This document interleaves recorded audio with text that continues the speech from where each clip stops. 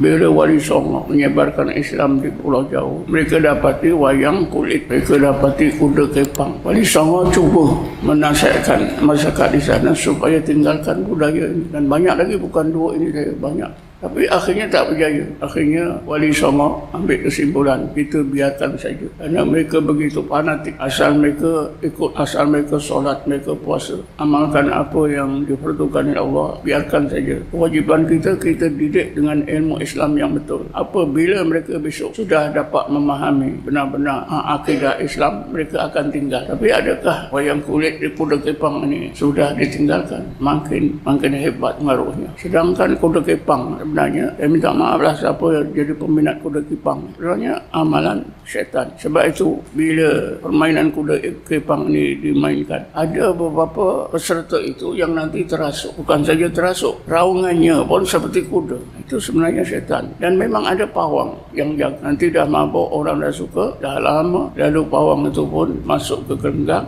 baca, renjis air, orang itu pun sedar. Ini kan melibatkan syaitan. Tapi masih kuda kepang tu masih terus di Malaysia ni, mana-mana ada saja kuda kepang.